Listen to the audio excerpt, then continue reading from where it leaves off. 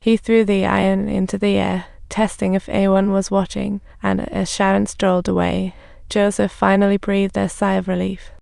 At that moment, a steel fork punctured the door, and after the circus act, his mother called in Steve. She was Danielle's assistant and ran all of Sharon's family business quietly for your safety.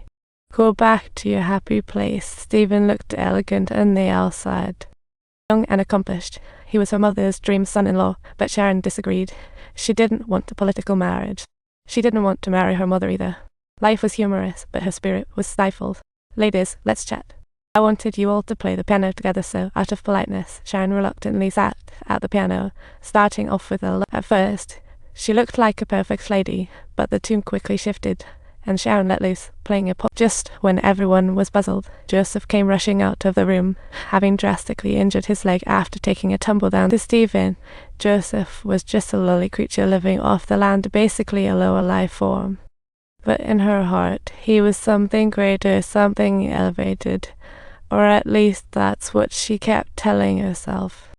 An elevated being, she thought, hoping for something more. Perhaps because that was her only tie to land and property.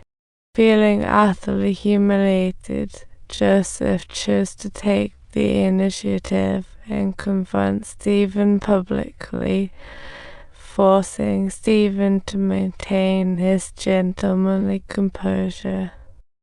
He set the date for a gun duel with Joseph the next day at the estate, and that night snuck upstairs. She wanted to flee this home, strongly craving freedom and control over her fate. Tired of rigid noble life, arranged marriages, and her it felt suffocating for Sharon. Behind her vanity, she hid an old box containing a recruitment ad. All fit American residents could claim 60 acres of land. Sharon fled Ireland for America. Since women couldn't travel alone, she wanted Joseph as her bodyguard. She had shot a gun and stomped on Stephen's neck. She thought Joseph was quite brave. At that moment, Sharon showed her true spoiled princess vibe to Joseph. They lived in different worlds, and Sharon was the person she disliked most. Ultimately, their views clashed, and Sharon was kicked out of the room by Joseph. Mourning is mourning, and I respect that. You will never win this game, Stephen. We've already shot you out. I will give you your freedom, even if I don't let you escape this world. I'm a powerhouse. I will stay in Ireland until I die, all within 5 hours on this foggy morning.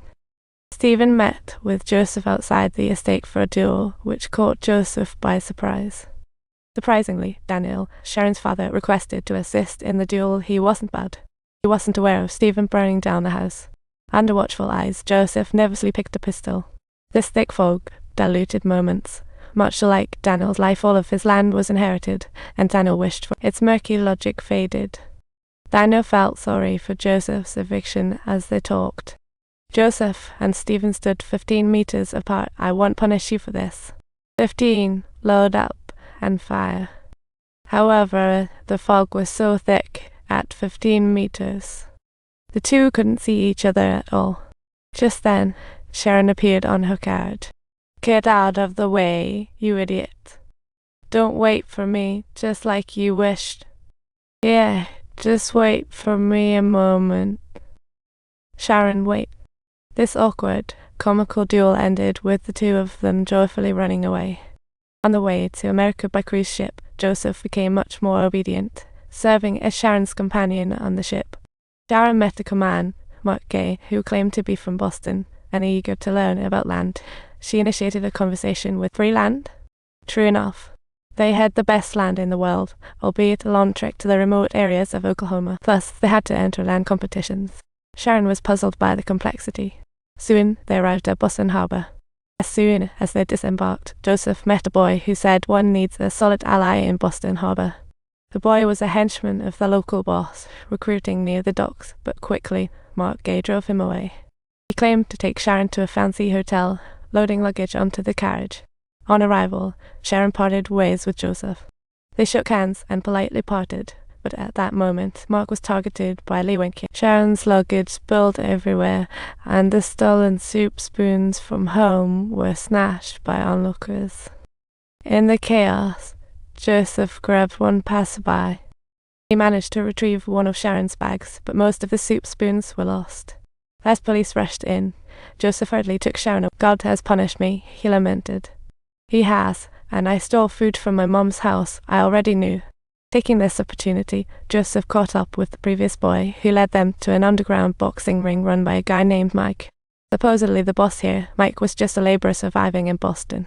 He could see that Joseph was a newcomer still holding on to the romanticized. Mike understood the harsh realities of America's underbelly. He liked Joseph, but felt an innate aversion to Sharon. He instantly recognized Joseph as one of his own. Meanwhile, Sharon put on her Princess of Privilege act, declaring, "These people are mine, they belong to me."